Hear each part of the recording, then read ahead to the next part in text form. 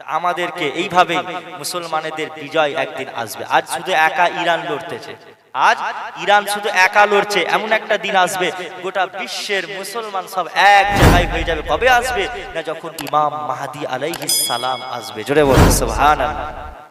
ইমাম মাহদী আলাইহিস সালাম 7 বছর খেলাফত করবে, তিনি গোটা বিশ্ব রাজত্ব করবে, গোটা বিশ্বে তিনি খলিফা হয়ে যাবেন। তিনি আপনার ফিলিস্তিনটা হয়ে যাবে গোটা বিশ্বের হেডকোয়ার্টার ফিলিস্তিন হয়ে যাবে। তিনি 7 বছর রাজত্ব করবেন। আর তানার সময়তে ইমাম মাহদী যখন আসবে, ইমাম মাহদী আসার পরে গোটা মুসলিম জাতি বিজয় হয়ে যাবে।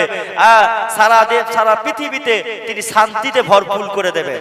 তিনি 2 হাত ভরে ভরে মানুষকে দান করবেন, 2 হাত ভরে ভরে দান করবেন। তিনি দান করাতে দ্বিধাবোধ করবেন না, তিনি দান করাতে দ্বিধাবোধ করবেন না। আর ইমাম মাহদীর পরে দাজ্জাল আসবে। কে আসবে? দাজ্জাল আসবে। দাজ্জাল ইমাম মাহদী থাকাকালীনই দাজ্জাল আসবে। দাজ্জাল এসে সে নিজেকে রব বলে দাবি করবে, আল্লাহ বলে দাবি করবে, কিন্তু তাকে যারা আল্লাহ বলে দাবি মেনে নেবে তারা সব জাহান্নামী। এমন করে দাজ্জালের পরে আবার ঈসা আলাইহিস সালাম আসবে, এসে দাজ্জালকে হত্যা করে দেবে। বললেন যারা রোজা রাখে না তারা যেন ঈদগার ময়দানে পর্যন্ত না আসে। কি বললেন? যারা রোজা রাখবে না তারা যেন ঈদের ময়দানে না আসে। কিন্তু ঈদগার ময়দানে বেশিরভাগই আপনার বেরোজগার আর ওই বেনামাজি গুলোর ঈদগার ময়দানে ঠেলাঠেলি করে, আগে নামাজ পড়বে, আগে কাতারে দাঁড়াবে,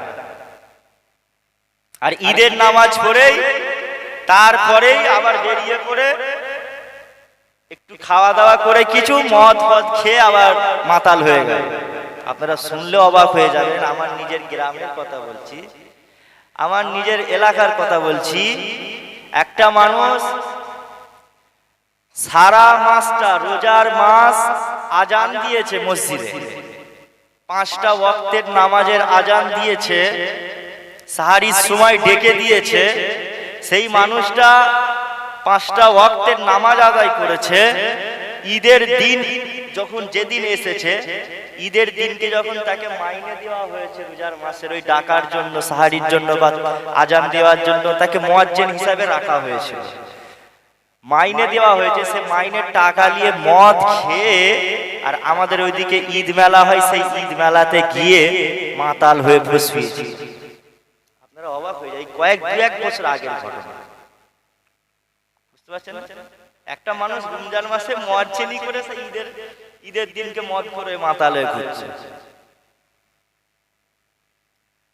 রোজার মাসে এমনও কিছু মুসলমান আছে লটারি দোকানগুলো লটারি কাটে না, ঈদের দিন আসলে ঈদের দিন থেকে লটারি কাটা শুরু হয়ে যায়। লটারি কাটবে, আবার কি সব নাম্বার টাম্বার আছে দিয়ে বলে 1 কোটি টাকা নাকি পাওয়া যায়। হ্যাঁ, বাপরে, 1 কোটি পাওয়া যাবে, ওই 1 কোটি 2 কোটি নাকি পাওয়া যাবে। এই সব করে সারা জীবন লটারি কেটে যাচ্ছে। অথচ যেই লটারি কাটার বিষয় আল্লাহর নবী সাল্লাল্লাহু আলাইহি সাল্লাম বললেন ওটা হারাম, হারাম। মুসলমান আমরা দেখা যাচ্ছে একটা ওয়াক্তের নামাজ ঠিকঠাক ভাবে আদায় করিনি, নামাজটাই ঠিকভাবে করিনি, রোজা ঠিকভাবে রাখিনি। একটা মানুষের আপনার জিন্দেগির যদি 24টা ঘন্টার যদি হিসাব করা হয়, দেখা যাবে 24 ঘন্টার মধ্যে সব থেকে বেশি আপনার আমলনামায় গুনাহ। আপনি বেশি গুনাহ করেছেন। আপনি আপনার মনকে, অন্তরকে প্রশ্ন করুন, জিজ্ঞাসা করুন, আজকে সকাল থেকে আজকে এখন অবধি, এখন পর্যন্ত আপনি কতটুকু ভালো আমল করেছেন, কতটুকু নেক আমল করেছেন। আপনি চিন্তা করলে আপনি বুঝতে পারবেন যে আপনি সারা দিনে এই যে চলে গেল, দিনটা পার হয়ে গেল, এভাবে এত দিন পার করে দিচ্ছি। যখন টুকুস করে মারা যাব, মারা যাওয়ার পরে কিয়ামতের দিন যখন হয়ে যাবে, কিয়ামতের দিনে যখন নেকি মিজানের দাড়ি পাল্লায় একদিকে নেকি অপর দিকে গুনাহ রাখা হবে, নেকির পাল্লা ভারী হবে না গুনার পাল্লা ভারী হবে, আপনি এখানে বসে বসে ক্যালকুলেশন করতে পারবেন।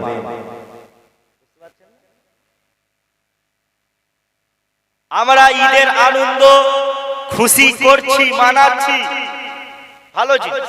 রোজাদারদের জন্য খুশি, অবশ্যই ঈদ আনন্দ করো। কিন্তু আপনি কি একবারও চিন্তা করে দেখেছেন আপনি যে রোজাটা আদায় করেছেন ওই রোজাটা কবুল হয়েছে কি? আপনি যে 30টা দিন তারাবির নামাজ পড়লেন ওই তারাবির নামাজটা কবুল হয়েছে? রোজাটা রাখলেন, রোজা কবুল হয়েছে? আপনি যে রোজার মাস পেলেন, এত গুরুত্বপূর্ণ একটা মাস পেলেন, এই মাসটাই আপনি আপনার জীবনের গুনাহগুলো ক্ষমা করতে পেরেছেন কি? আপনি একবারও চিন্তা করেছেন আপনার গুনাহ খাতা ক্ষমা হয়েছে কি? আমরা এই সমস্ত জিনিসগুলো ভাবি। রোজা শেষ, মনে করি ঈদ একটা আনন্দের দিন, কিন্তু রাসূলুল্লাহ সাহাবারা সব সময় চিন্তা করত যে ঈদের দিনটা, ঈদের দিনেতে তারা কাঁদতো, আর তখন তারা ভাবতো যে আমার গুনাহ মাফ হলো কিনা, রোজাটা কবুল হয়েছে। এটা সাহাবারা ভাবতো, কারণ তাদের ঈমান ছিল মজবুত। তারা রাসূলুল্লাহর প্রেমে তাদের নিজের জীবনকে তারা কুরবান করেছিল। তারা সত্যিকার ইসলাম ঈমানের স্বাদটা তারা পেয়েছে। আমরা ঈমান যে এনেছি, আমরা তো জন্মসূত্র থেকেই ঈমান, নাকি? জন্মসূত্র থেকে আমরা মুসলমানের ঘরে জন্ম হয়েছে, মুসলমান হয়ে গেছে। আমরা এই ঈমানের স্বাদটা, ঈমানের মজাটা আমরা বুঝতে পারিনি, কিন্তু তারা বুঝতে পেরেছে। তারা বুঝতে পেরেছিল বলে আপনার ইমামে আজম আবু হানিফা রহমাতুল্লাহ আলাইহি সারা রাত ধরে সারা রাত জেগে নামাজ আদায় করেছিলেন। দুটো রাকাত নামাজে প্রথম রাকাতে 15 পারা কোরআন শরীফ এবং দ্বিতীয় রাকাতে আরো 15 পারা কোরআন শরীফ পড়ে 2 রাকাত নামাজ শেষ করেছিলেন। জোরে বলুন সুবহানাল্লাহ। একটা মানুষ 15 পারা কোরআন শরীফ এক রাকাতে কিভাবে পড়ে? 15 পারা সূরা কোরআন শরীফ, এই এমন মোটা একটা কোরআন, এই কোরআনের হাফ পৃষ্ঠা এক রাকাতে যে পড়ে তার ঈমান তাহলে কত মজবুত ছিল বুঝতে পারছেন? আর আমরা তারাবির নামাজ যখন পড়ি দেখা যায় ইমাম আপনার হাফেজ সাহেব হয়তো তারাবির নামাজে 1 পৃষ্ঠা কি 1.5 পৃষ্ঠা পড়ে। 20 রাকাত নামাজে হয়তো 1 পারা কি 1.5 পারা পড়ে, কি 2 পারা পড়ে, 1.5 পৃষ্ঠা কি 2 পৃষ্ঠা পড়ে। এটাতেই আমাদের পা, হাত, পা, শরীর গুলো ব্যথা হয়ে যায়। আমরা তারাবি ঠিকঠাক ভাবে পড়তে পারি না। তার মানে বুঝতে পারছেন আমাদের ঈমানটা কতটুকু কমজোর হয়ে গিয়েছে, যে আমরা ঈমানের, নামাজের, রোজার মধ্যে মজা পাচ্ছি। একটা আনন্দ আছে। গরুর গোশত খেলে আপনি একটা তার আলাদা স্বাদ, মুরগির গোশতের কি আলাদা স্বাদ, ঠিক তেমন ঈমানেরও একটা স্বাদ আছে। এই স্বাদটা পাইনি বলেই আজকে আমরা আমাদের নেকির কাজ, সৎ কাজ, ভালো কাজ করতে আমাদের মন চাইছে না। যদি আমরা ঈমানের স্বাদ পেতাম, ঈমানের মজা পেতাম, তাহলে অবশ্যই আমাদের নামাজ পড়ার মন চাইতো, রোজা রাখার মন চাইতো, বেশি বেশি করে দান করার মন চাইতো। বুঝতে পারছেন না? আমরা আসলে ঈমানের স্বাদ পাইনি বলেই তো গুনার মধ্যে লিপ্ত হয়ে আছি। ঈমানটাকে মজবুত করতে হবে। ঈমানটাকে কি করতে হবে? মজবুত করতে হবে। বাবেরা, নওজোয়ান তরুণেরা, আসিন আল্লাহ নবী, নবী দয়া, নবী মায়া, নবী আমার দিন দুনিয়া বাস হাবিবুল্লাহ সাল্লাল্লাহু আলাইহি ওয়াসাল্লাম সাহাবা হযরত ফারুক আজম, হযরত উমর ফারুক রাদিয়াল্লাহু তাআলা আনহু। এই দিনটা যখন আসলো, আল্লাহ নবী সাহাবা হযরত ফারুক আজম আমার রাসূলুল্লাহ সাহাবা মসজিদে নববী শরীফে আল্লাহ নবী সাহাবা ঝরঝর করে কাঁদছেন। আল্লাহ নবী সাহাবা উমর ফারুক ইসলামের দ্বিতীয় খলিফা অজননে কাঁদতেছেন। আর রাসূলুল্লাহ সাহাবা কেরামেরা, আল্লাহ নবী সাহাবারা ওই সময় উমর ফারুককে জিজ্ঞাসা করলেন, ও ও হযরত উমর, আপনি এত কাঁদছেন কেন? হযরত উমর ফারুক রাদিয়াল্লাহু তাআলা আনহু বলতে লাগলেন, এ নবী পাকের সাহাবারা, শোনো শোনো, আমি উমর এই কারণে কাঁদতেছি, আমি উমর এই কারণে কাঁদতেছি, আমি উমর জানি না, আমি উমর যে রোজাটা রেখেছি রমজানুল মুবারকের মাসে, আর আমি উমর যে রোজাটা রেখেছি ওই রোজাটা আর আমার আল্লাহ পাক কবুল করেছে কিনা, আর আমি উমর জানি না। আমি উমর এই কারণে কাঁদতেছি, আমার আল্লাহ এই রমজানুল মুবারকের মাসে আমি উমর ফারুকের গুনাহ খাতা আল্লাহ পাক ক্ষমা করেছে কিনা আমি জানি না।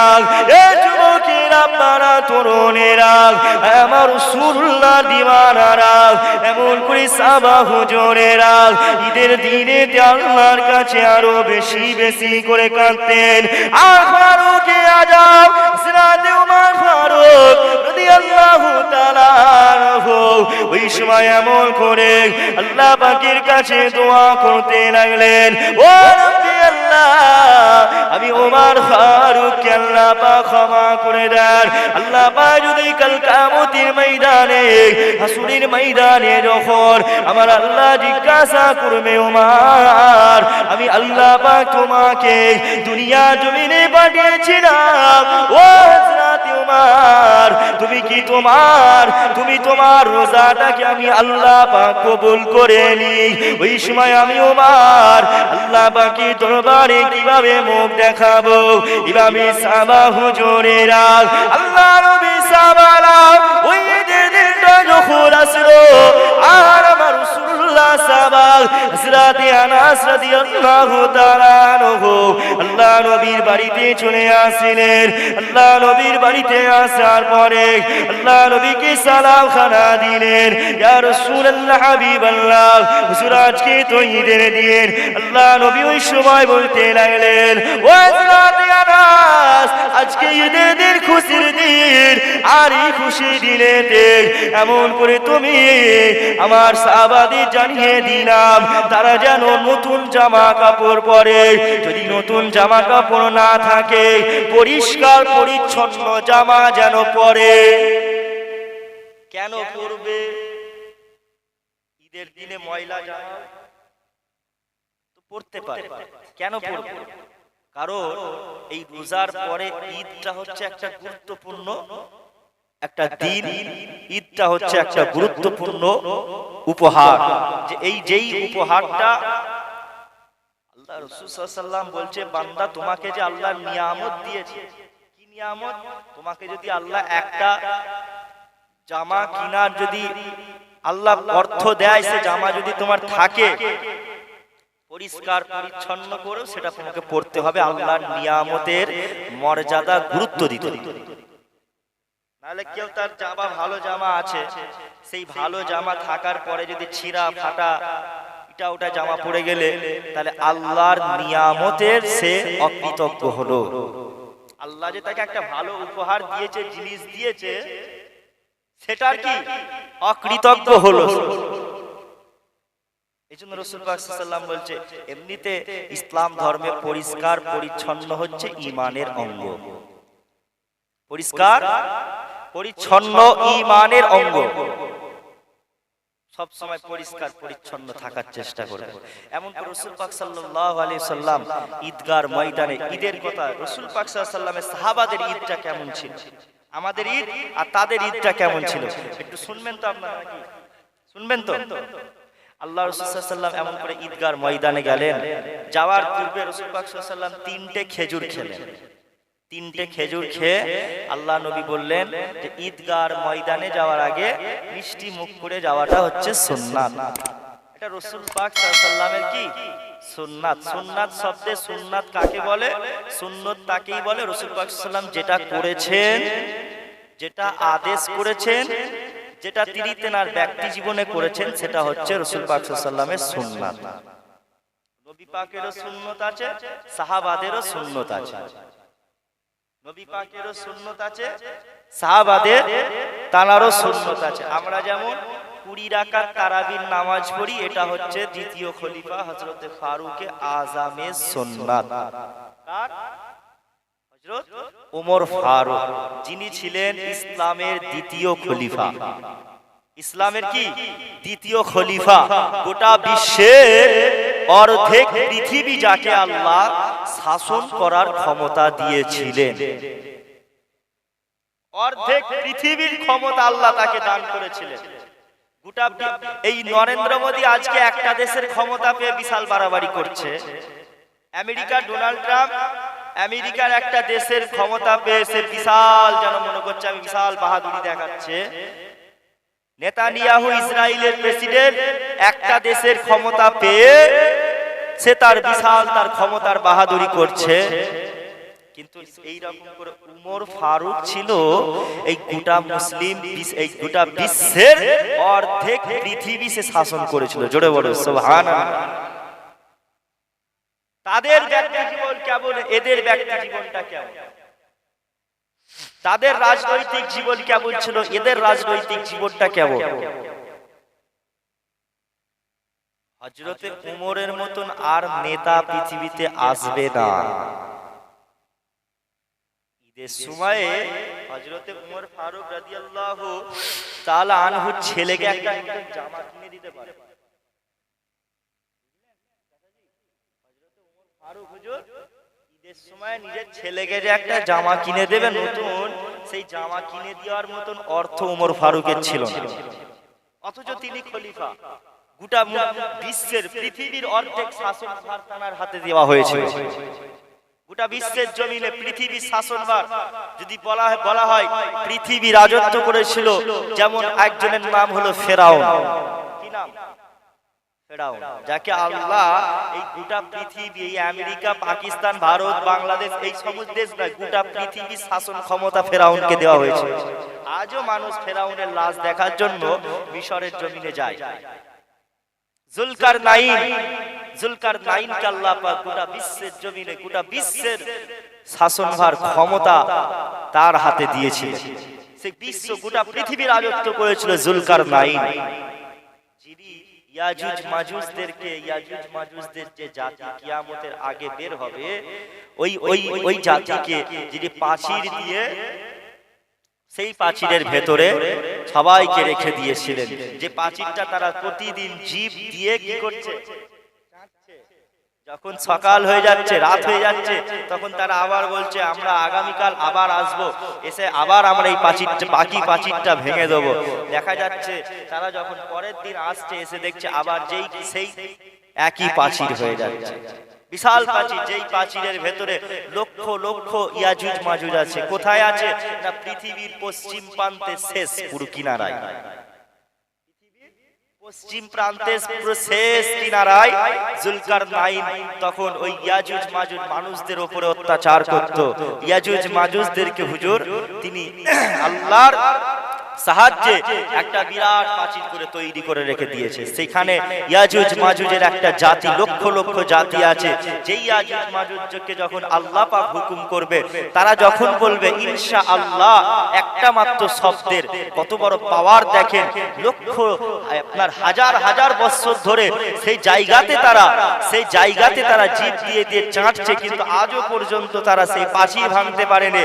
কিন্তু এমন একটা সময় আসবে ওদের জবান থেকে যখন ইনশাআল্লাহ এই শব্দটা বের হবে যে আমরা ইনশাআল্লাহ কালকে আমরা এই প্রাচীর ভেঙে ফেলবো, আল্লাহ পাক সেই ইনশাআল্লাহর ক্ষমতা কত দেখেন, সে প্রাচীরটা সেই দিনেরই ভাঙার ক্ষমতা আল্লাহ তাদেরকে দেবে। জোরে বলুন সুবহানাল্লাহ।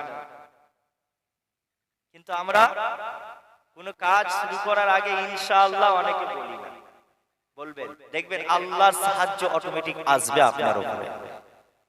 সেই ইয়াজুজ মাজুজ যখন দুনিয়ার জমিনে আসবে, সারা পৃথিবীর জমিনে যত সাগর আছে, সমুদ্রের পানিগুলো তারা সব খেয়ে পুরো শুকনো হয়ে যাবে। সমুদ্রগুলো শুকনো করে দেবে, এত খাবে, এত পানি খাবে, সব পানি খেয়ে নেবে। তারা গোটা পৃথিবীতে ফাসাদ তৈরি করবে। ফাসাদ তৈরি করবে। হযরত ঈসা আলাইহিস সালাম জানাকে আল্লাহ পাক রাসূল পাক সাল্লাল্লাহু আলাইহি ওয়াসাল্লামের উম্মত করে পাঠাবেন, তাকে আল্লাহ কবুল করেছেন। অন্যান্য নবীরাও কেঁদেছিল, আল্লাহ আমাকে আখিরি নবীর উম্মত করে পাঠান, আল্লাহ বড় খুশি হব। নবীরা কাঁদতো, আল্লাহ ঈসা নবীর দোয়াকে আল্লাহ কবুল করেছে। ঈসা আলাইহিস সালাম দুনিয়ার জমিনে আসবে, উম্মত হয়ে আসবে। তিনি যখন আসবে তখন ইয়াজুজ মাজুজ ছাড়া পাবে। আল্লাহ নবী দোয়া করবে, দোয়া করার সাথে আল্লাহ পাক ইয়াজুজ মাজুজের ঘাড়েতে একটা বিষাক্ত একটা রোগ দিয়ে দেবে, সেটার কারণে তারা সব একদম মারা যাবে। সব কি মারা যাবে। যাই হোক, যে কথা বলছিলাম, আল্লাহ নবী সাল্লাল্লাহু আলাইহি সাল্লাম চলে যাওয়ার পরে আবু বকর সিদ্দিকীর পরে হযরতে ওমর, হযরতে ওমরের পরে হযরত উসমান, তারপরে কি হযরত শেরে খোদা মাওলা আলী রাদিয়াল্লাহু তাআলা আনহু। এভাবে সিলসিলা খলিফা চলে আসছে।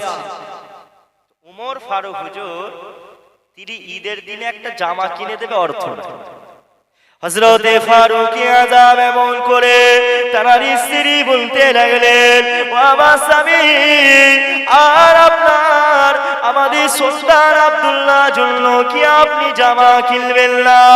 এই ঈদেতে কি আপনি জামা কিনবেন না? আল্লাহ নবী হযরত ফারুক আযম ওই সময় বলতে লাগলো, আমার স্ত্রী, আমি ওমর ফারুক এটা মাইনে পাই, আর আমি ওমরকে যে বাইতুল মাল থেকে যে অর্থটা দেওয়া হয়, মাসিক মাইনেটা দেওয়া হয়, ওই মাইনেটা আমার সমস্ত সারা মাসের খাবার কিনতে কিনতে তো শেষ হয়ে যায়। আমার স্ত্রী, আমার কাছে তো কোনোই মাসে টাকা নাই। আল্লাহ নবী সাহাবা হুজুরের এমন করে ফারুক আযমের স্ত্রী বলতে লাগলো, বাবা প্রাণের স্বামী, যান আপনি যান, এমন করে বাইতুল মালে ক্যাশিয়ারের যে দায়িত্ব আছে ওনার ওই সাহাবার কাছে যান, পরের মাসের মাইনেটা অগ্রিম নিয়ে চলে আসেন, পরের মাসের মাইনেটা নিয়ে আসেন।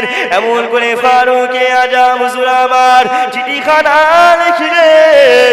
ওই ক্যাশিয়ার বাইতুল মালের যিনি টাকা পয়সার দায়িত্বে ছিলেন তার কাছে চিঠি লিখলেন, পরের মাসের মাইনেটা অগ্রিম চাইলেন।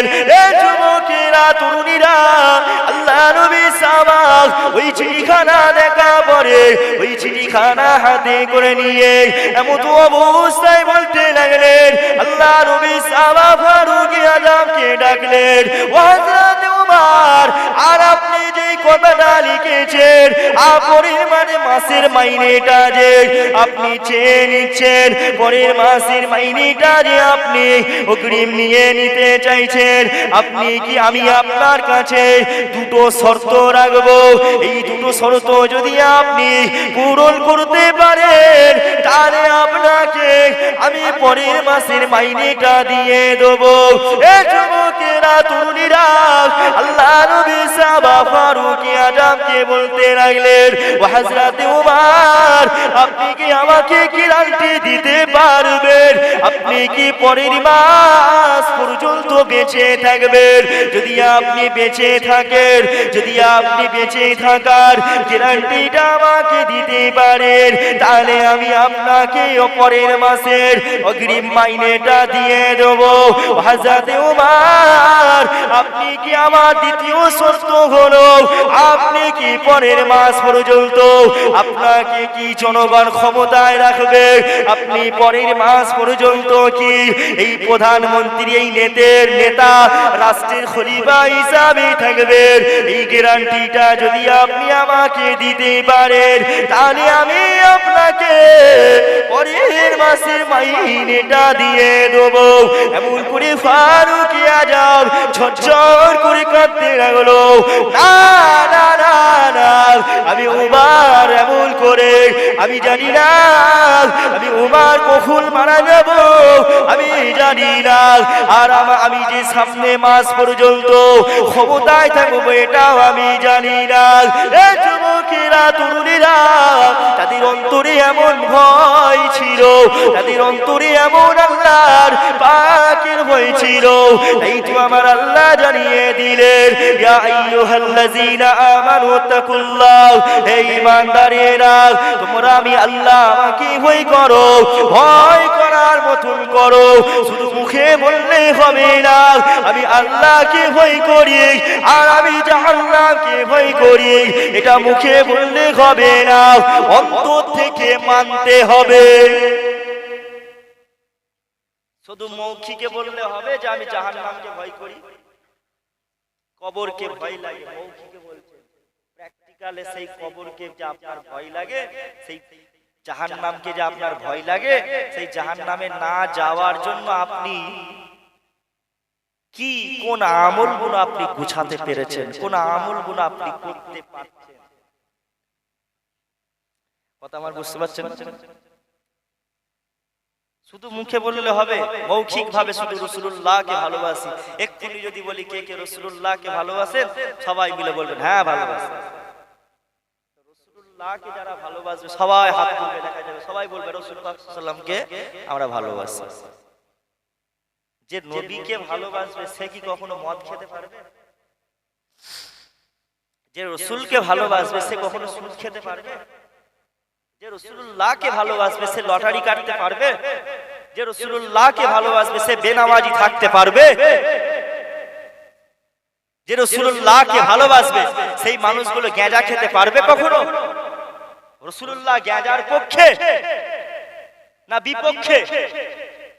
কোনটা? কথা বলেন। বিপক্ষে ছিলেন। তাহলে যে রাসূল পাক সাল্লাল্লাহু আলাইহি ওয়াসাল্লামকে ভালোবাসার দাবি করছে, তার ভালোবাসার দাবিটা কি সত্যিকার রূপে পূর্ণ হলো, পূরণ হলো? হ্যাঁ, ভালোবাসার দাবি ওটা মিথ্যা। ওটা কি মিথ্যা? আমরা জান দিয়ে এখনো কেউ ভালোবাসতে পারি না, অথচ রাসূলুল্লাহ বলছে জান দিয়ে ভালোবাসলে তবে ঈমানদার থাকবে। আপনার একটা টুপিও মাথায় জোটে না, তাই তো? জলসার দিনে করে দেখতে টুপি মাথায় দেননি কেন? ভুলে গেছে? ব্যবসা করতে এসেছে আইসক্রিম, ঠিক আছে। যে রাসূলুল্লাহকে ভালোবাসবে তারা কি দাড়ি ছাঁচা হবে? হ্যাঁ, তাহলে এখানে এতগুলো লোক দাড়ি ছাঁচা আছে, রাসূলুল্লাহকে ভালোবাসেন। আপনার তো বয়স তো মাশাআল্লাহ অনেক হয়ে গেছে, এখনো দাড়ি রাখেন না কেন? কবে দাড়ি রাখবেন? জি, দাড়ি রাখবেন না? আচ্ছা ধরে নেন আপনি মারা গেলেন, আল্লাহ আপনার হায়াত দারাজ করুক, নেক হায়াত দান করুন, আমিন। আপনি কখন মারা যাবেন, আমি কখন মারা যাবো জানি না, জানি আমি আলফাজ 1 সেকেন্ড কথা বলবো, গ্যারান্টি নেই। আপনারা বাড়িতে ফিরে যাবেন, সেটার কি গ্যারান্টি নেই। তাহলে এখন যদি মারা যায়, মারা যাওয়ার পরে যদি আপনার ওই মারা যাওয়ার পরে যদি কবরে যদি আল্লাহ হিসাব নেয়, এই কবরে যখন যাব কাফন পরানো হয়ে যাবে, কবরে শুইয়ে দেবে, তাহলে কি থাকবে? দাড়ি চাঁচা কি থাকবে? দাড়ি চাঁচা হয়ে কিয়ামতের ময়দানে তোমাকে তোলা হবে। রাসূলুল্লাহর সামনে কি দাড়ি চাঁচা হয়ে আপনি দাড়ি চাঁচা হয়ে থাকা অবস্থাতেই কি আপনি জবাবদিহি করতে পারবেন? রাসূলুল্লাহর সামনে দাঁড়াতে পারবেন দাড়ি চাঁচা অবস্থায়? নবীকে কিভাবে দেখাবেন যে ইয়া রাসূলুল্লাহ আমি আপনার উম্মত, হুজুর আমি আপনার উম্মত, এটা কিভাবে বুঝাবেন? রাসূলুল্লাহ তো দাড়ির পক্ষে ছিল। দাড়ি রাখলে খারাপ লাগে না সুন্দর লাগে? যদি খারাপ লাগে তাহলে রাসূল পাক সাল্লাল্লাহু আলাইহি ওয়াসাল্লাম রাখতেন না, নিশ্চয়ই ভালো লাগে, সুন্দর লাগে, তাই তো তিনি দাড়ি রাখতেন। আর রাসূল পাক সাল্লাল্লাহু আলাইহি ওয়াসাল্লাম বলেছেন যারা দাড়ি ছাঁচলো সে যেন আমি রাসূলুল্লাহ আমার গলায় খুর চালালো। কি চালালো? ছুরি চালালো, ধরলেন। এখন একটা एग्जांपल স্বরূপ বলছি, রাসূল পাক সাল্লাল্লাহু আলাইহি ওয়াসাল্লাম এই জায়গায় যদি উপস্থিত থাকতেন, আপনাদের হাতে যদি একটা তলোয়ার দেওয়া হতো বা প্লেট দেওয়া হতো বা যে কোনো ছুরি জাতীয় জিনিস দেওয়া হতো, আপনারা কি রাসূলুল্লাহর গলায় ছুরিটা চালাতে পারতেন? কে পারত? যে রাসূলুল্লাহর গলায় ছুরি চালায় তার মতন বিয়াদব বাচ্চা কেউ আছে? হ্যাঁ, বিয়াদব কেউ আছে? নেই, সে তো বড় বিয়াদব। বুঝতে পারছেন? বিয়াদব বলছি খারাপ লাগছে? রাসূলুল্লাহ স্থানে বিয়াদবি করছো আর তুমি প্রতিবাদ করছো নূপুর শর্মার গিয়ে, তোমার লজ্জা লাগে না? রাসূলুল্লাহ স্থানে কেউ বিয়াদবি করলে তুমি সে জায়গায় গোটা আরামবাগ এই আপনাদের হরিণখোলার হাই রোড পুরো একদম মাত করিয়ে দিচ্ছ। বিরাট ব্যাপার, আরে বাপ রে বাপ, সব নবী প্রেমিক, সব রাসূলুল্লাহর প্রেমিক, সব মুস্তাফার প্রেমিক। নবী কা দামান নেই छोड़ेगा, নবীর জন্য জান দিয়ে দেবো। জান পরে দাও, আগে রাসূলুল্লাহর সুন্নাত গুলো মানো। রাসূলুল্লাহর যে তিনি যে কষ্ট পাবেন, তুমি তো নিজে রাসূল পাককে কষ্ট দিচ্ছ। বেধর্মীকের কথা ছাড়ো, তুমি রাসূলুল্লাহকে কষ্ট দিচ্ছ, তাহলে তুমিও তো বিয়াদব তার মতো। তার মানে দাড়ি আমাদের রাখার চেষ্টা করতে হবে। দাড়ি কি রাখতে হবে, অবশ্যই রাখতে হবে। রাসূলুল্লাহর সামনে চুল পরিমাণ বিয়াদবি করলে সে মানুষটার আমল, সারা জিন্দেগির আমল সব বরবাদ হয়ে যাবে। সব কি বরবাদ হয়ে যাবে। রাসূলুল্লাহর সামনে যদি কেউ বিয়াদবি করে, চুল পরিমাণ সামান্য পরিমাণ বিয়াদবি করা যাবে না। রাসূলুল্লাহ হচ্ছে অসাধারণ মানুষ, মুহাম্মাদুন বাসারুন, মুহাম্মদ সাল্লাল্লাহু আলাইহি ওয়াসাল্লাম মানুষ। আমরা ফুরফুরা সিলসিলার আমাদের আকীদা হলো হুজুর পাক সাল্লাল্লাহু আলাইহি ওয়াসাল্লাম মানুষ। তিনি জিন নয়, তিনি ফারিস্তা নয়, তিনিও মানুষ। লাইসাকাল বাশারি, তবে আমাদের মতন মানুষ নয়। লাইসাকাল বাশারি, আমাদের মতন মানুষ নয়। ইয়াকুতুন হাজারুন, ইয়াকুত পাথর, যেটা জান্নাতি একটা পাথর। কি পাথর? জান্নাতের পাথর। ইয়াকুতুন হাজারুন, ওই ইয়াকুতটা যেটা জান্নাতে একটা আছে পাথর, সেটাও একটা পাথর। লাইসাকাল হাজারি, দুনিয়ায় যে আমাদের পাথর আছে এগুলো সব পাথর। সেটাও তার নামটাও পাথর, এর নামগুলো পাথর। সেটাও পাথর, এটাও পাথর, কিন্তু এই পাথর আর সেই পাথর কখনো আপনি এক করতে পারবেন না। কাবা শরীফে হাজরা আসওয়াদ, কালো পাথর যেটা আছে, যেটা হাজী সাহেবরা গিয়ে চুমু খায়, ওই হাজরা আসওয়াদকে আপনি আর একটা দুনিয়ার পাথরকে এক করতে পারবেন? আপনি যদি কোনো এমনি একটা পাথর কেটে যদি আপনি পাথরে চুমু খান, আপনার গুনাহ কি মাফ হবে? কিন্তু আপনি হাজরা আসওয়াদে যদি চুমু খান, রাসূলুল্লাহ বলেছে হাজরা আসওয়াদে চুমু খেলে তার গুনাহ, অন্তর থেকে যদি কোনো মানুষ চুমু খায় তার গুনাহটা আল্লাহ ওই হাজরা আসওয়াদ পাথর টেনে নেয়, আল্লাহ মাফ করে দেয়। জোরে বলেন সুবহানাল্লাহ। তার মার্তাবা এত, কারণ সেটা জান্নাতি পাথর। রাসূলুল্লাহ মানুষ, আমরাও মানুষ, তবে রাসূলুল্লাহ আমাদের সাথে কোনো তুলনা চলবে না। রাসূলুল্লাহ হচ্ছে, আমরা হচ্ছি সাধারণ মানুষ, আর আমার মুস্তাফা হচ্ছেন অসাধারণ একজন মানুষ। জোরে বলেন সুবহানাল্লাহ।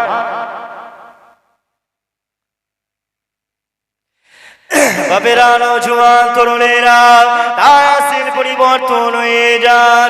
এমন করে আল্লাহ নবী ও নবী দয়া নবী রাসূলুল্লাহ সময়ে ওই ঈদের দিনটা কেমন ছিল দেখেন।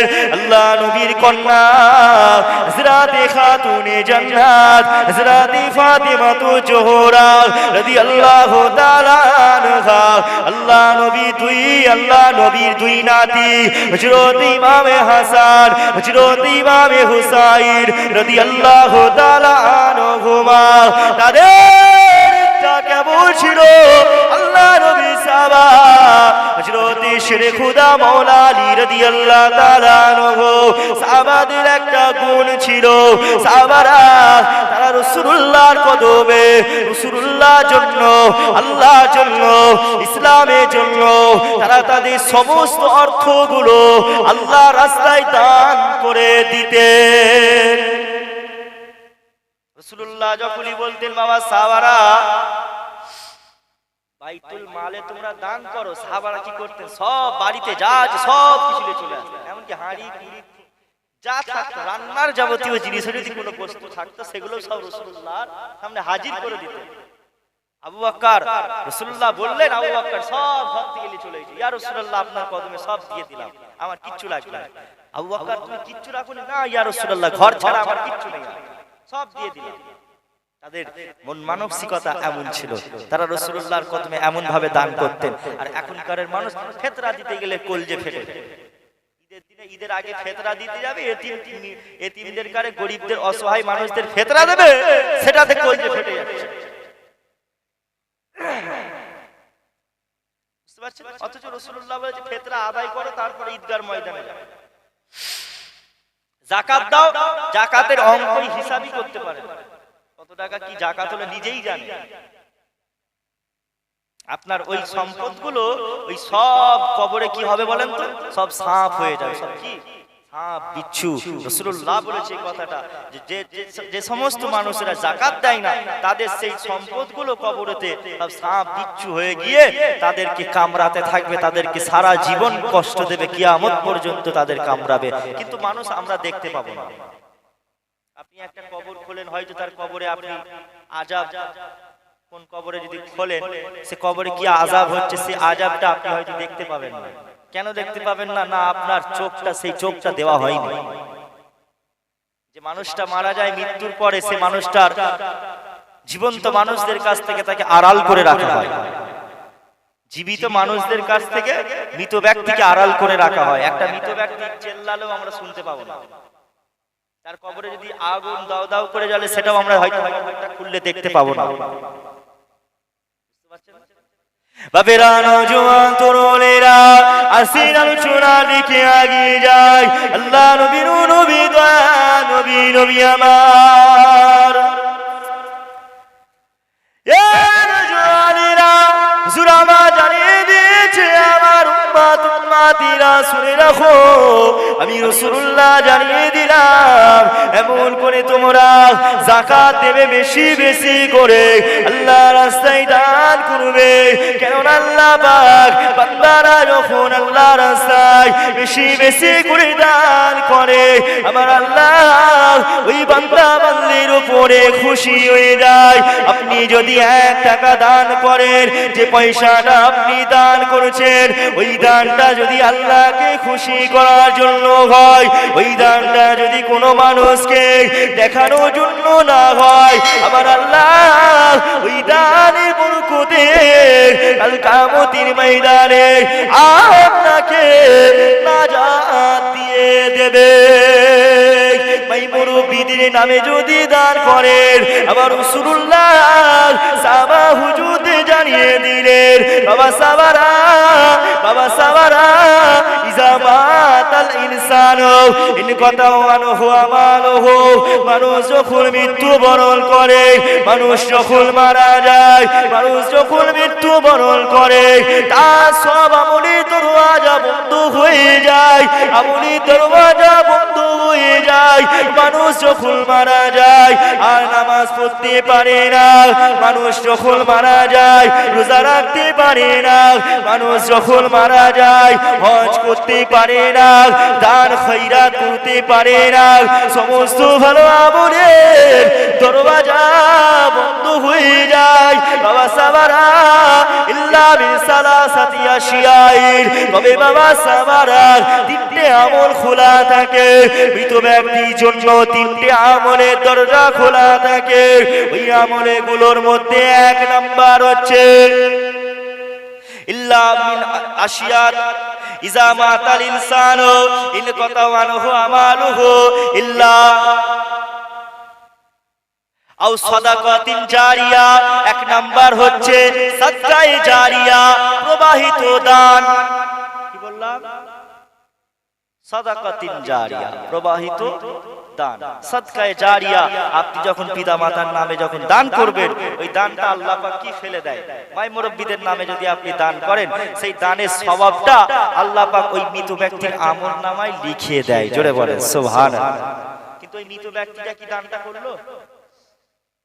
আপনি বাপের নামে, মায়ের নামে, মাই মুরব্বিদের নামে, দাদু দাদার, নানা নানির নামে একটা কোরআন আপনি দিয়েছেন, টাকা পয়সা খরচ করেছেন, সেটা কি সে নিজে করলো না আপনি করলেন? জীবিত অবস্থায় আপনার ছেলেপুলেরা করেছে, সেই সওয়াবটা মৃত ব্যক্তির আমলনামায় চলে যাবে। 2 নাম্বার হচ্ছে আও ইলমিন ইয়ানতাফাউ বি। 2 নাম্বার হচ্ছে এমন ইলম, এমন জ্ঞান যেটা আপনি অপরকে শিক্ষা দিয়েছেন, যেটা আপনি অপরকে শিক্ষা দিয়েছেন। আমি আলফাজ যদি আপনাকে একটা কোরআন শরীফ পড়া শিখাই, আমি যদি কোরআন শরীফ পড়া শিখাই, আপনি যতদিন বেঁচে থাকবেন আপনি যদি কোরআন শরীফ পড়েন, আমি মারা যাওয়ার পরও আপনি যতদিন পড়বেন আমিও কবরে শুয়ে শুয়ে সেটা সওয়াব পাবো। একবার জোরে বলেন সুবহানাল্লাহ। আও ওয়ালাদিন সালিহিন ইয়াদউ লাহু। 3 নাম্বার হচ্ছে নেক সন্তান, পিতা মাতার নামে যখন তারা দোয়া করে, সেই দোয়া সওয়াবটুকু সবরে সানি করে, কোরআন খতম করে, কোরআনের মজলিস করে তাদের রূহে রূহে সওয়াব পৌঁছাইছে, সওয়াবটা পিতা মাতার মাই মুরব্বিদের তাদের আমলনামায় লিখে দেওয়া হয়। এমন করে কিয়ামতের ময়দানে এমনও অনেক মানুষ উঠবে যাদের আমলনামা দেখা যাবে নেকির পাল্লাটা অনেক ভারী হয়ে গেছে, গুনার পাল্লা হালকা হয়ে গেছে। তারা চিন্তা করবে আল্লাহ, তারা বলবে আল্লাহ আমরা তো এত ভালো কাজ করিনি, আল্লাহ আমরা দুনিয়ার জমিনে বেঁচে থাকাকালীন এত ভালো কাজ করিনি, আল্লাহ আমাদের নেকির পাল্লা ভারী হয়ে গেল কিভাবে?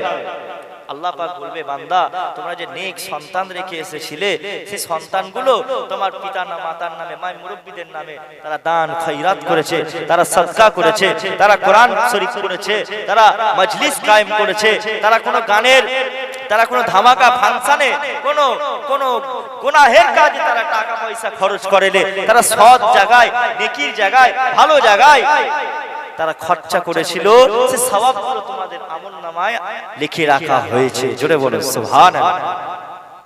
আপনি যদি একটা ধামাকার ফাংশনে যদি 20 টাকা যদি দেন, সেই 20 টাকার বরকতে সে একটা সেই কমিটি তারা করতে পারলো, আপনার মতন কত মানুষের কাছে নিচ্ছে, নিয়ে একটা ফাংশন করলো, সেই ফাংশনে গুনার সমস্ত ভাগীদার কিন্তু আপনার কাঁধেতেও এসে পড়বে।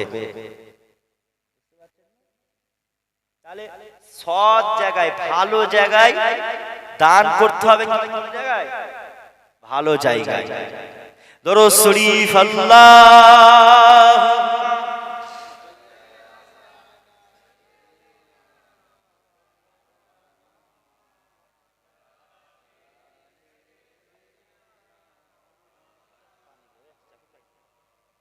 বলো লা ইলাহা ইল্লাল্লাহ, লা ইলাহা।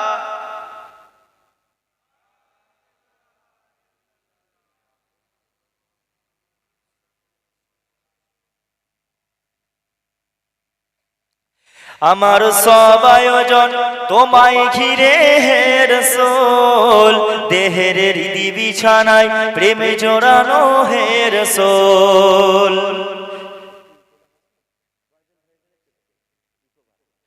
আমার সব আয়োজন তোমায় ঘিরে হে রাসূল, দেহের হৃদি বিছানায় প্রেমে জড়ানো হে রাসূল।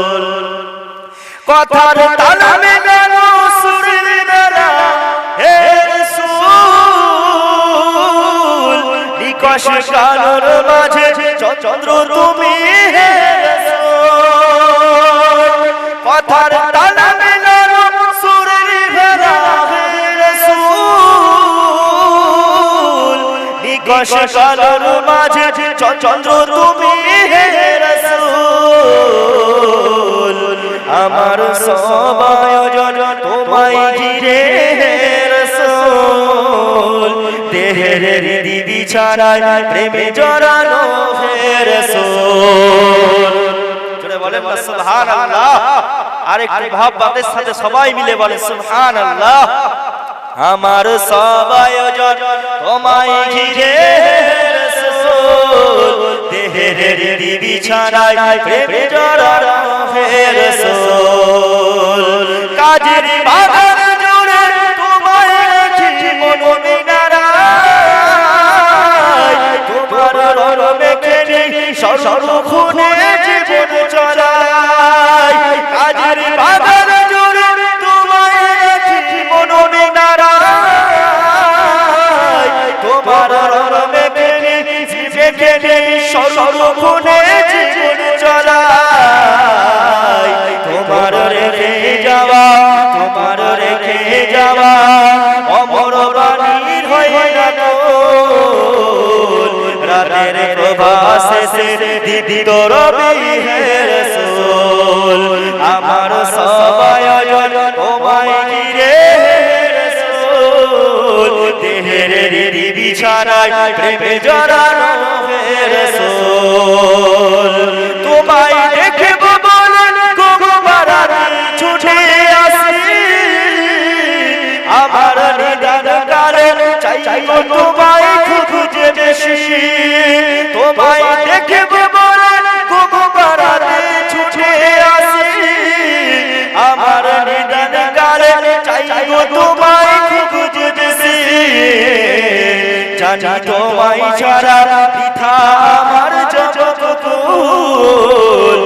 জানি তোমায় ছাড়া বৃথা আমার জগৎ কুল আমায় আগলে রেখো দো জাহানে রাসূল আমার সব আয়োজন তোমায় ঘিরে রাসূল দেহের রীতি ছাড়া প্রেমে জড়ানো রাসূল আল্লাহুম্মা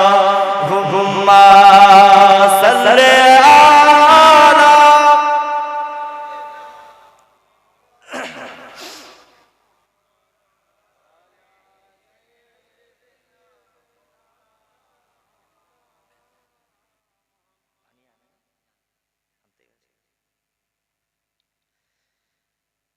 ঈদ মুবারক মুবারক ঈদ মুবারক ঈদ মুবারক মুবারক ঈদ মুবারক আইরে চলে সব দলে দলে ঈদ মুবারক বলে বলে আইরে চলে সব দলে দলে ঈদ মুবারক বলে বলে সালাম শুভেচ্ছার বিনিময়ে ভরিয়ে দেব প্রেম সভা দিলে সালাম শুভেচ্ছার বিনিময়ে ভরিয়ে দেব প্রেম সভা দিলে ঈদ মুবারক মুবারক ঈদ মুবারক ঈদ মুবারক মুবারক ঈদ মুবারক আজকে সকলের মন যে খুশি মুখেতে সবার মধুর হাসি আজকে সকলের মন যে খুশি মুখেতে সবার মধুর হাসি দুঃখ বেদনা হারিয়ে গেছে আনন্দে তাই সব মেতে উঠেছে দুঃখ বেদনা হারিয়ে গেছে আনন্দে তাই সব মেতে উঠেছে ছোট বড় তাই সবাই মিলে ছোট বড় তাই সবাই মিলে ঈদ গাই যাই দলে দলে ঈদ মুবারক মুবারক ঈদ মুবারক ঈদ মুবারক মুবারক ঈদ মুবারক আহা কি সুন্দর দৃশ্য মনোরম চারিদিকে তাই করছে গম গম আহা কি সুন্দর দৃশ্য মনোরম চারিদিকে তাই করছে গম গম নতুন সাজে সেজেছে ধরা সেই খুশিতে সব আত্মহারা নতুন সাজে সেজেছে ধরা সেই খুশিতে সব আত্মহারা একটি বছর পর পায় পুরস্কার একটি বছর পর পায় পুরস্কার নবীজির উম্মত হলে পারে ঈদ মুবারক মুবারক ঈদ মুবারক ঈদ মুবারক মুবারক ঈদ মুবারক আল্লাহুম্মা সাল্লি আলা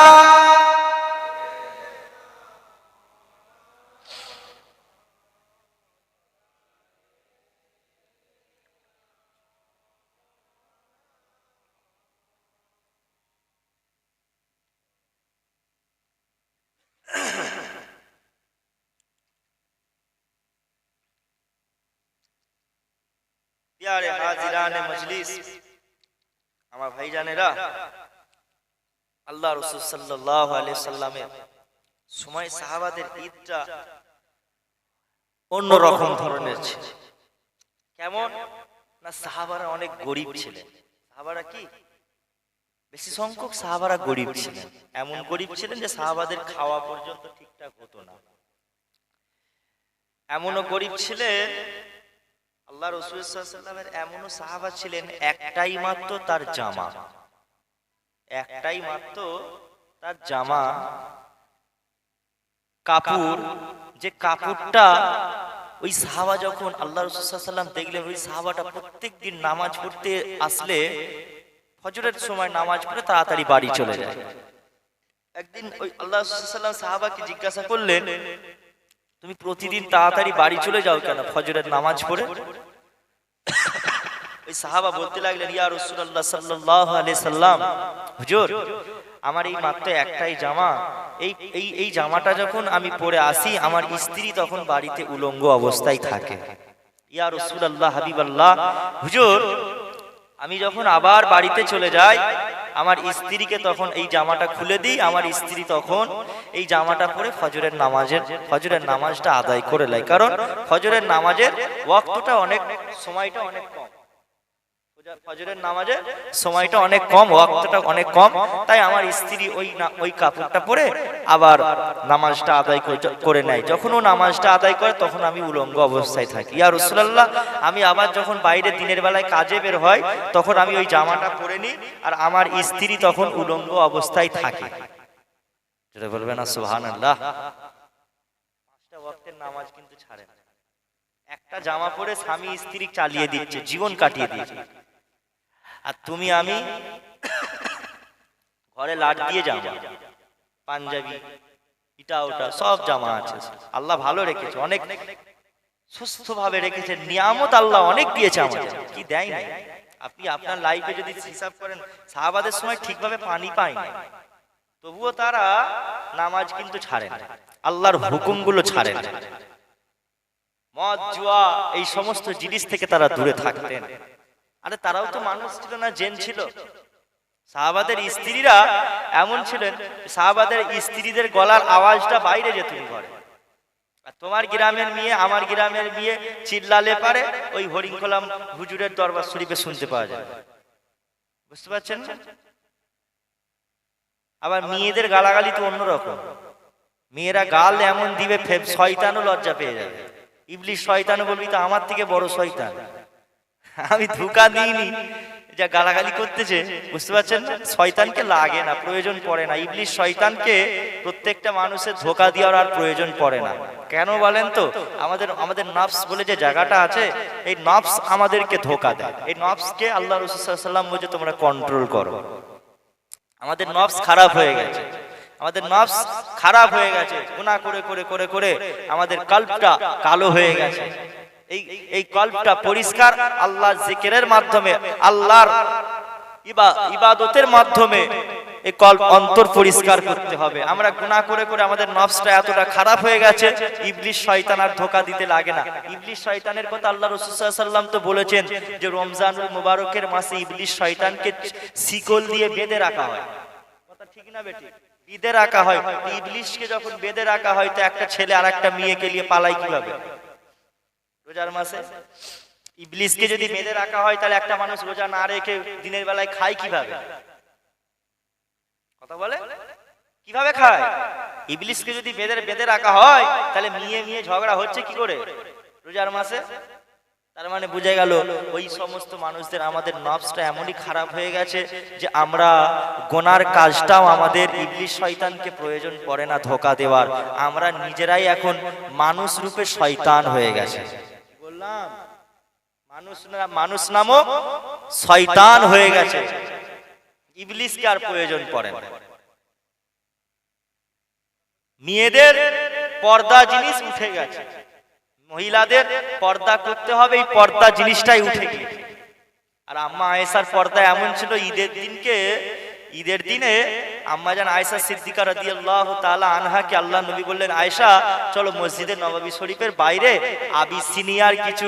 আবিসিনিয়ার কিছু সৈনিকেরা তারা সব ঢাল তলোয়ার নিয়ে খেলা করতেছে, ঢাল তলোয়ার নিয়ে তারা খেলা করতে। আমাদের সময় অনেক জায়গায় দেখা যায় না, ওই ঈদের সময় বিভিন্ন রকমের বাচ্চাদের খেলাধুলা এটা ওটা সব হয়। তো রাসূল পাক সাল্লাল্লাহু আলাইহি ওয়াসাল্লামের সময়ও তো ওইরকম সাহাবারা তলোয়ার দিয়ে খেলতেন, ঢাল তলোয়ার নিয়ে। তো আল্লাহর নবী সাল্লাল্লাহু আলাইহি ওয়াসাল্লাম বাইরে নিয়ে আসলেন, পর্দার সাথে আম্মা আয়েশা আসলেন, এসে রাসূল পাক সাল্লাল্লাহু আলাইহি ওয়াসাল্লাম দাঁড়ানে, রাসূলুল্লাহর পিছনেতে ঠিক দাঁড়ালেন, এমন ভাবে দাঁড়িয়ে মানে দেখছেন যেন কোনো পুরুষ না যেন আম্মা আয়েশাকে দেখতে পায়। জোরে বলেন সুবহানাল্লাহ।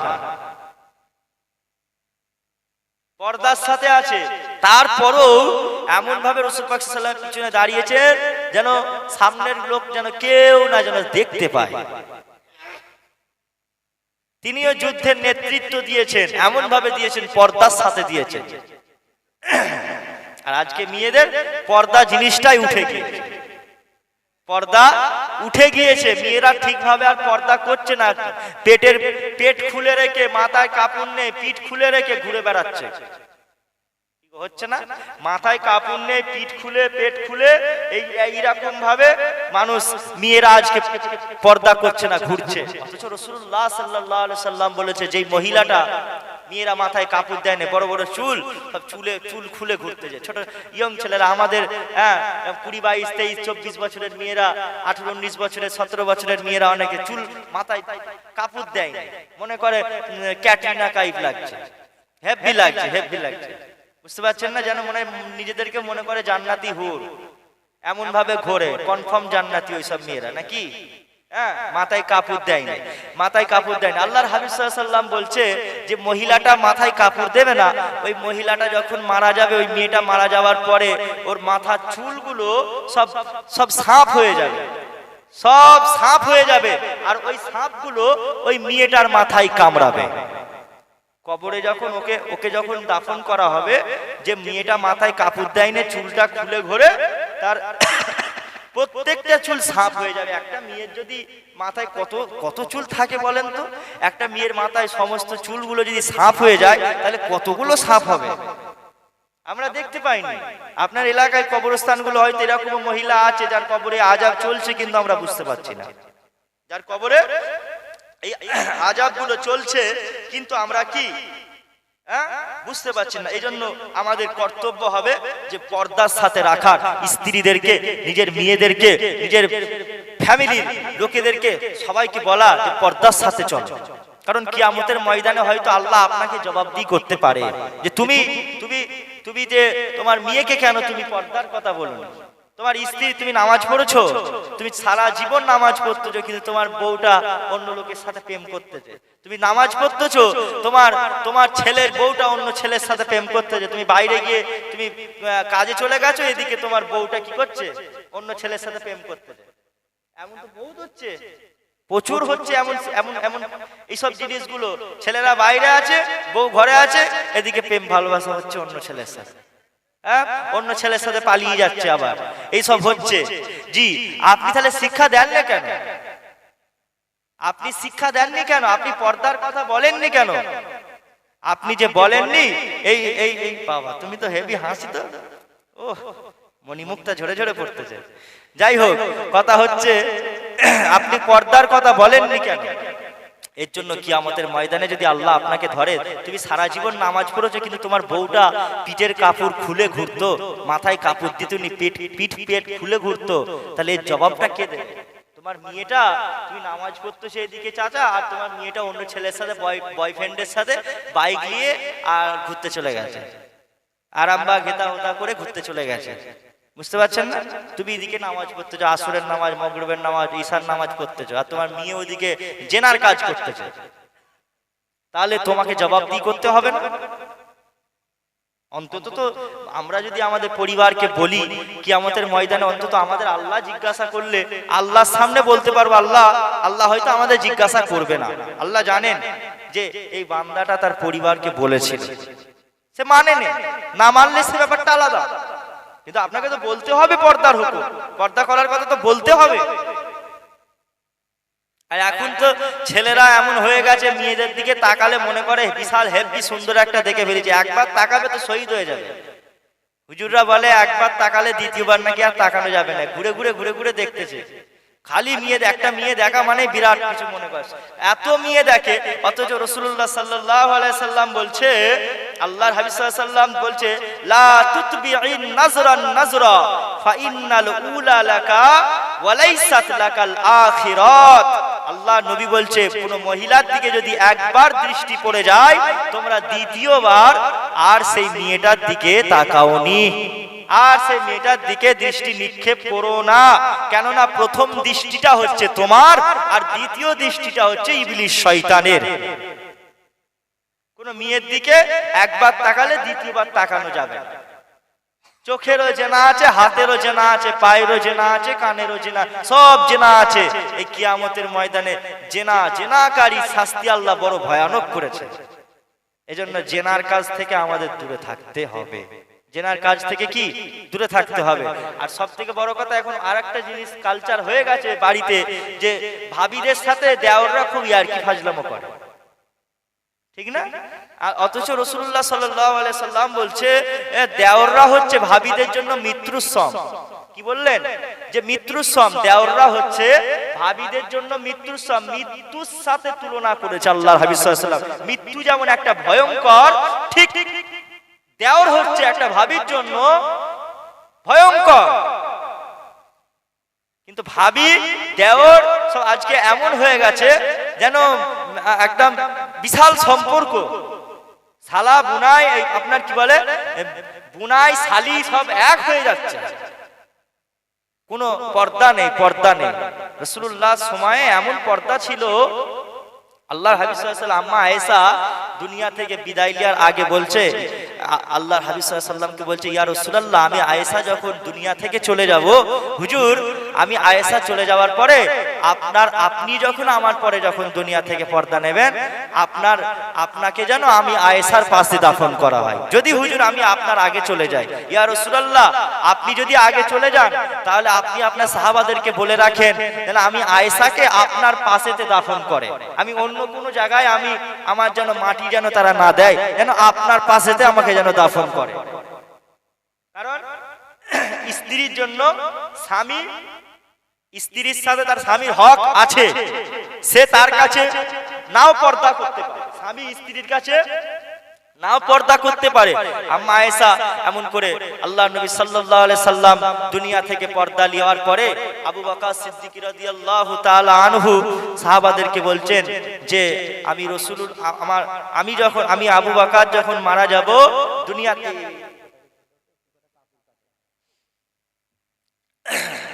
হযরত আবু বকর সিদ্দিক রাদিয়াল্লাহু তাআলা আনহু আল্লাহ নবী সাহাবাদের বলতে লাগলেন, ও রাসূলুল্লাহ সাহাবারা, আমি আবু বকর যখন দুনিয়া থেকে বিদায় নিয়ে চলে যাব, আমি আবু বকরকে আল্লাহ নবীর পাশেতে দাফন করবেন।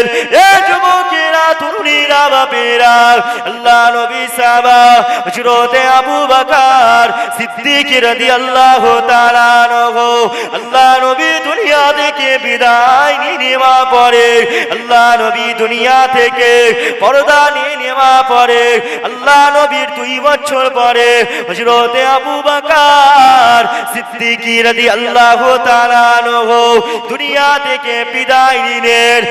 আবু বকরের লাশটাকে রাসূলুল্লাহর পাশে দাফন করে দেওয়া হয়। আল্লাহ নবীর কবরের পাশেতে, ডান পাশেতে একটুখানি নিচই আবু বকর। আম্মা আয়েশা বলতে লাগলেন, আমি আয়েশা যখন মারা যাব, আমার আব্বা জানের পাশে তোমরা আমাকে দাফন করবে, আমার আব্বা জানের পাশে তোমরা দাফন করবে আমাকে। আম্মা আয়েশা, আবার দেখা গেল হযরতে উমর ফারুক রাদিয়াল্লাহু তাআলা আনহু, কেন আম্মা জান আয়েশা ছিলেন তো অনেক ছোট। রাসূলুল্লাহ যখন বিবাহ করেছিলেন, আম্মা আয়েশার বয়স তখন ছিল মাত্র 7 বছর, এই আপনার 9 বছর। 9 বছর বয়সে রাসূলুল্লাহ ঘরে এনেছেন। তা আম্মা আয়েশার বয়স অনেক ছোট ছিল। তো হযরত উমর ফারুক রাদিয়াল্লাহু তাআলা খবর পাঠিয়েছে আম্মা জান আয়েশাকে যে আমি উমর যখন মারা যাব, যেন আবু বকরের পাশেতে আমাকে দাফন করা, আমি আবু বকরের পাশেতে আমার যেন মাটিটা দেওয়া হয়। যে রাসূলুল্লাহ সাহাবারা, তোমরা একটু আম্মা জান আয়েশাকে গিয়ে বলো যেন আমাকে আবু বকরের পাশে দাফন করে। যখন হযরত উমর ফারুকের কথা উঠলো যে আবু বকরের পাশে দাফন হবে হযরত উমরের, তখন আম্মা জান আয়েশা বলতে লাগলেন, আমাকে আর উমরের পাশে যেন আমাকে তোমরা, আর রাসূলুল্লাহর ওই পাশে আবু বকরের আমার আব্বার পাশে যেন আর তোমরা আমাকে দাফন না করো, কারণ উমর হচ্ছে বাইরের লোক, উমর কি মাহরাম, তার সাথে আমার বিবাহ করা হারাম। মাহরাম, তার সাথে আমার বিবাহ করা হারাম, তার কাছে পর্দা করতে হবে। একটা মানুষ সে চিন্তা করছে মরে যাওয়ার পরেও পর্দা করতে হবে, জোরে বলেন সুবহানাল্লাহ। বেঁচে থাকা অবস্থাতেও পর্দা, মরে যাওয়ার পর দুনিয়া থেকে পর্দা নেওয়ার পরও, মৃত্যুর পরেও চিন্তা করছে যে মৃত্যুর পরেও যেন আমি পর্দার সাথে থাকতে পারি, সুবহানাল্লাহ। তাহলে কতটা পর্দা ছিল, কতটা তাদের মহিলারা, মেয়েরা পর্দাশীল ছিল, নেককার ছিল, পরেজগার তাদের মহিলারা ছিল, নামাজ ঠিকঠাক ভাবে আদায় করত, কোরআন শরীফ তেলাওয়াত করত। আর আপনার আমার বাড়ির মেয়েগুলো কোরআন শরীফই পড়ে না, ধুলো পড়ে গেছে কোরআন শরীফ খুলে দেখে, এমন ঘর খুঁজে খুঁজে দেখে কোরআন শরীফ ধুলো পড়ে গেছে, খুলে দেখে না। আচ্ছা, আপনাদের কারো অসুবিধা হচ্ছে? হ্যাঁ, আমি বাঘ হরিণের ঘটনা বলবো। হরিণ বাঘকে খেয়ে নিল, বলতে পারবো? বুঝতে পারছেন না? হুজুর টান মেরে বলবে হরিণ বাঘকে খেয়ে নিল, শ্রোতারা বলবে সুবহানাল্লাহ। এসব ঘটনা ফটনা আমার দ্বারাই যেন আপনারা কিছু শিখতে পারেন, জানতে পারেন, তবে তো ভালো লাগবে নাকি? নাহলে তো আমাকেও তো কিয়ামতের ময়দানে জবাবদিহি করতে হবে, তুমি কি বলেছিলে, তুমি তোমার দ্বারাই ইসলামের কি প্রচার হয়েছিল, তুমি মানুষকে কি জানিয়েছিলে। কিয়ামতের দিন আল্লাহ রাসূল সাল্লাল্লাহু আলাইহি ওয়াসাল্লাম বলেছেন আলেমরা সর্বপ্রথমে জান্নাতে যাবে, আবার আলেমরা সর্বপ্রথমে জাহান্নামে যাবে। কারা? আপনারা নয়, আলেমরা। আলেম উলামা, মুফতি সাহেব, মৌলভী সাহেব, পীর সাহেব, পীরজাদা সাহেব দাবি করা এমন মুফতি সাহেব, বড় বড় কারি সাহেব, তাদের হিসাব প্রথমে হবে, তারাই হয়তো প্রথমে জান্নাতে যাবে। আবার তাদের মধ্য থেকে আবার এমন আলেম, হাফেজ সাহেব, মৌলভী সাহেব, পীর সাহেব, পীরজাদা সাহেব জাহান্নামে যাবে। কেন? আল্লাহর হাবিব সাল্লাল্লাহু আলাইহি সাল্লাম বলছে যে একটা আলেম সে যেটা মানুষকে শিক্ষা দিল সে নিজে কিন্তু করলো না, ওই আলেমটাকে কিয়ামতের ময়দানে আল্লাহ পাক হিসাব নেবে যে তুমি একটা মানুষকে নামাজের কথা বলেছিলে, তুমি একটা মানুষকে রোজা রাখার কথা বলেছিলে, তুমি একটা মানুষকে ভালো কাজের, নেক কাজের তুমি আদেশ দিয়েছিলে, তুমি নিজে কেন করোনি? তুমি নিজে কেন করুনি? এই হিসাবটা আলেমদেরকে দিতে হবে। এর হিসাবটা বড় ভয়ানক। আল্লাহ নবী সাল্লাল্লাহু আলাইহি সাল্লাম এজন্য বলছে নিজে করো, নিজে যে আমলটা করবে অপরকে সে আমলের শিক্ষাটা দাও। আরে নিজে করুনি আর ফটর ফটর করলে কিয়ামতের ময়দানে তোমাকেও জবাবদিহি করতে হবে। আল্লাহর হাবিব সাল্লাল্লাহু আলাইহি সাল্লামের দেখানো পথটাকে যদি আমরা মেনে চলতে পারি তবে বাপ আমরা নাজাত পাবো, না হলে কি নাজাত পাবনি। নাজাতের রাস্তা হচ্ছে একটাই, আল্লাহর হাবিব সাল্লাল্লাহু আলাইহি সাল্লামের দেখানো রাস্তায়, তার দেখানো পথে আমাদেরকে চলতে হবে। বাবেরা, নওজোয়ান তরুণেরা, এ নওজোয়ানেরা, আল্লাহ নবী দয়া নবী আমার দিন দুনিয়া বাদশা হাবিবুল্লাহ জানিয়ে দিয়েছেন। বাবা সাবারা শুনে রাখো, আমি রাসূলুল্লাহ জানিয়ে দিলাম, আমি রাসূলুল্লাহকে তোমরা মুহাব্বত করো, ভালোবাসো, পিয়ার করো, জান দিয়ে মুহাব্বত করো, এমন ভাবে ভালোবাসো যেন তোমরা কিয়ামতের ময়দানে আর আমি রাসূলুল্লাহ সামনে যেন তোমরা মুখ দেখাতে পারো। এ যুবকেরা, তরুণীরা, বাপেরা, ওই রাসূলুল্লাহ তোমার আমার মুস্তাফা হাবিবুল্লাহ হুজুর কতটা আপনাকে ভালোবাসতে পিয়া করতেন। যখন রাসূলুল্লাহ দুনিয়া জমিনে এসেছিলেন আল্লাহ নবী তখন ঠোঁট মোবারক নড়ছিল, এমন করে আমার রাসূলুল্লাহ দুনিয়া থেকে যখন বিদায় নিয়ে নিলেন তখন রাসূলুল্লাহ ঠোঁটটা নড়ছিল। আম্মা জান আমেনা এমন করে যখন আল্লাহ নবী দুনিয়ায় আসলেন, আম্মা আমেনা আমার রাসূলুল্লাহর কাছে কানটা পেতে, ঠোঁটের গোড়ায় কানটা পেতে শুনতে লাগলেন। আল্লাহ নবী নূর নবী দয়া নবী হুজুর আমরা বলছি ইয়া রাব্বি হাবলি ইয়া উম্মতি, ও নবী আল্লাহ আর আমার উম্মতিদের কি হবে? আল্লাহ আমার উম্মতিদের ক্ষমা করে দেন, আল্লাহ আমার উম্মতিদের মাফ করে দেন। এমন করে আমার রাসূলুল্লাহ দুনিয়া থেকে বিদায় নেওয়ার সময় তখনও কাঁদেছেন, কিয়ামতের দিনও কাঁদবে। যে রাসূল তোমার আমার জন্য আসার সময় যাওয়ার সময় কিয়ামতের সময় কাঁদলো, সে রাসূলের জন্য তুমি কি করেছো?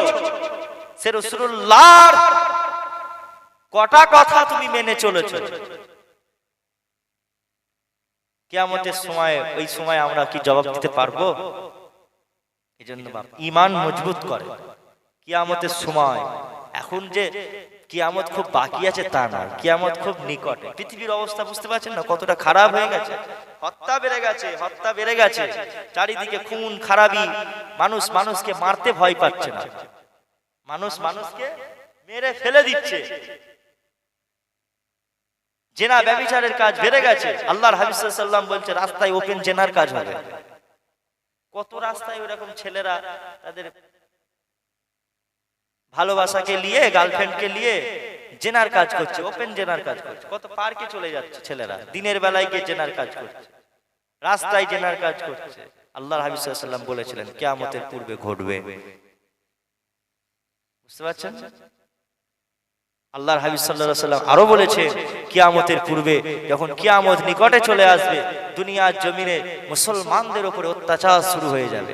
সারা বিশ্বে মুসলমানেরা মার খাবে। কি মার দেখেছেন? ফিলিস্তিনের মুসলমানেরা শহীদ হয়েছে, একটা দেশের মুসলমান শহীদ হয়েছে।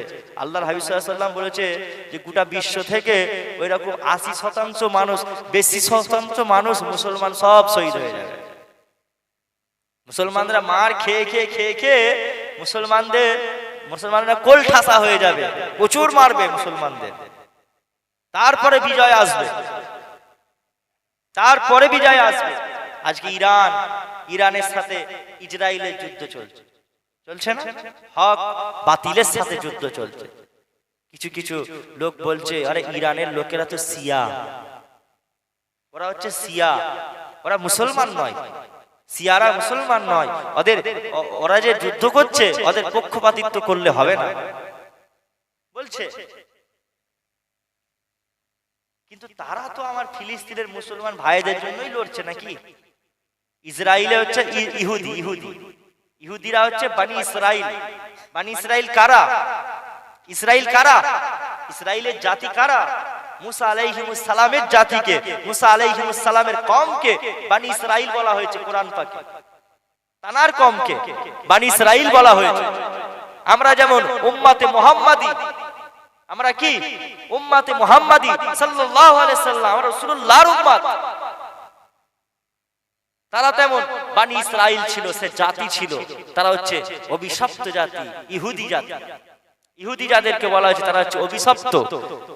সেই বানি ইসরাইলেরা তারা আজ পর্যন্ত, তখনও পর্যন্ত রাসূলুল্লাহর বিপক্ষে চলেছিল, এখনো পর্যন্ত রাসূলুল্লাহর বিরোধী করেই যাচ্ছে, এখনো বিরোধী করছে। তখনও তারা রাসূল পাক তখন মুসা আলাইহিস সালামের বিরোধী করেছিল, ইয়াকুব আলাইহিস সালামের বিরোধী করেছিল, আর আজও করছে। তারা জঘন্য, তাদের কাজকর্ম জঘন্য। আর তাই আল্লাহ বলেছে তোমরা ইহুদিদের সাথে বন্ধুত্ব করো না, তোমরা ঈমানদারদের সাথে বন্ধুত্ব করো। কাদের সাথে?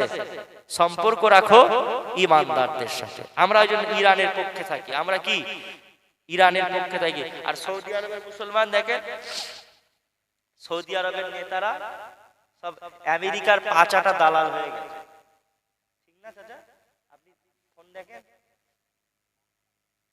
খবর দেখেন, হ্যাঁ, সব আমেরিকার দালাল হয়ে গেছে, আমেরিকার কি গোলাম হয়ে গেছে তারা। ইসরায়েলের কাছে মাথা নত করে দিয়েছে তারা। আমেরিকার ডোনাল্ড ট্রাম্পের সাথে এসে ওই ট্রাম্পুর সাথে ফটো তুলতেছে, ইসরায়েলের নেতানিয়াহুর সাথে ফটো তুলতেছে, একসাথে খাচ্ছে, মौज मस्ती করছে। আর ওদিকে ফিলিস্তিনের ছোট ছোট ছেলেগুলো সব শহীদ হয়ে গেছে। তারা খাবার পায় না, পানি পায় না, এরা বড় বড় দুম্বা হাতিকে খেয়ে নিচ্ছে। বুঝতে পারছেন? তারা খাবার পায় না, পানি পায় না, আর এরা সব কি করছে? বড় বড় দুম্বাকে খেয়ে নিচ্ছে। এরা মौज मस्ती করতেছে। এদের পাশের যেহেতু দেশ, এরা যদি চাইলে এরা পারত, অবশ্যই পারত। এরা ফিলিস্তিনের মুসলমানকে সাহায্য করতে পারত। আবার ওদের কেন ইরান এখন খবর দেখেন, ইসরায়েলে আপনার সৌদি আরবে মারতেছে, দুবাইতে বিভিন্ন জায়গাতে ইরান দেখবেন পরমাণু বোমা মারছে। কেন মারছে? মানুষ মারছে না, মানুষ মারে না। আমেরিকার ঘাঁটি যেগুলো আছে, আমেরিকার ক্যাম্প যেগুলো আছে, তাদের দেশেতে ক্যাম্প করে রেখেছে, হেতা হতা ক্যাম্প করে রেখেছে। সেখান থেকে গোটা বিশ্বকে পরিচালনা করছে। আশপাশের দেশগুলো তারা দেখছে এরকম ক্যাম্প আছে, ইসরায়েলের ক্যাম্প আছে, সেসব ক্যাম্পগুলোতে তারা মারছে, ধ্বংস করে দিচ্ছে ইরান। আমাদেরকে এইভাবে মুসলমানদের বিজয় একদিন আসবে। আজ শুধু একা ইরান লড়তেছে, আজ ইরান শুধু একা লড়ছে, এমন একটা দিন আসবে গোটা বিশ্বের মুসলমান সব এক জায়গায় হয়ে যাবে। কবে আসবে না, যখন ইমাম মাহদী আলাইহিস সালাম আসবে। জোরে বলুন সুবহানাল্লাহ। ইমাম মাহদী আলাইহিস সালাম 7 বছর খেলাফত করবে, তিনি গোটা বিশ্ব রাজত্ব করবে, গোটা বিশ্বে তিনি খলিফা হয়ে যাবেন। তিনি আপনার ফিলিস্তিনটা হয়ে যাবে গোটা বিশ্বের হেডকোয়ার্টার ফিলিস্তিন হয়ে যাবে। তিনি 7 বছর রাজত্ব করবেন। আর তানার সময়তে ইমাম মাহদী যখন আসবে, ইমাম মাহদী আসার পরে গোটা মুসলিম জাতি বিজয় হয়ে যাবে। সারা পৃথিবীতে তিনি শান্তিতে ভরপুর করে দেবেন।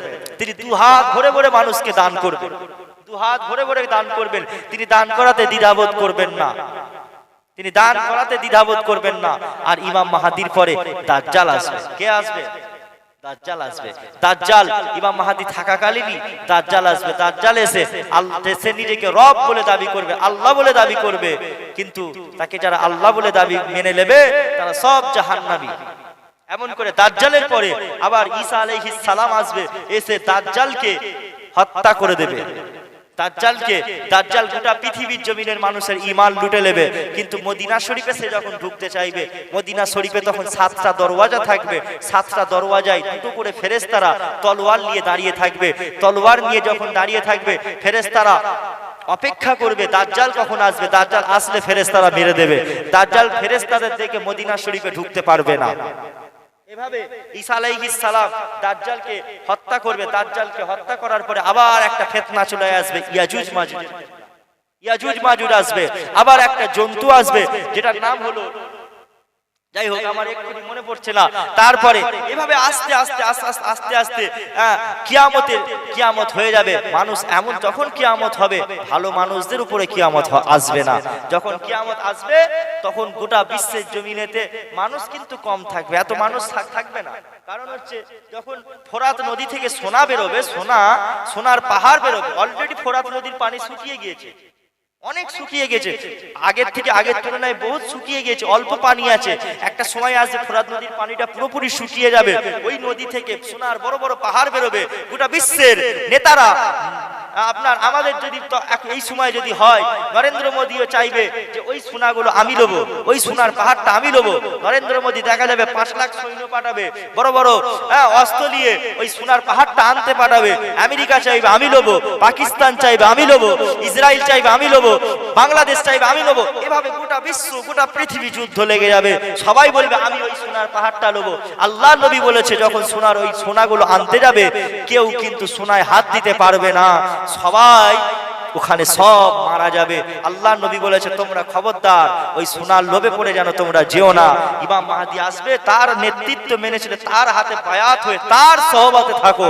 খবরদার ওই সোনার এতে পড়ো না। এরকম ভাবে বিশ্বের জমিন থেকে মানুষ আস্তে আস্তে কমে যাবে, কমে গিয়ে মানুষ আল্লাহ ভুলা হয়ে যাবে। মানুষ আল্লাহকে আর চিনতে পারবে না।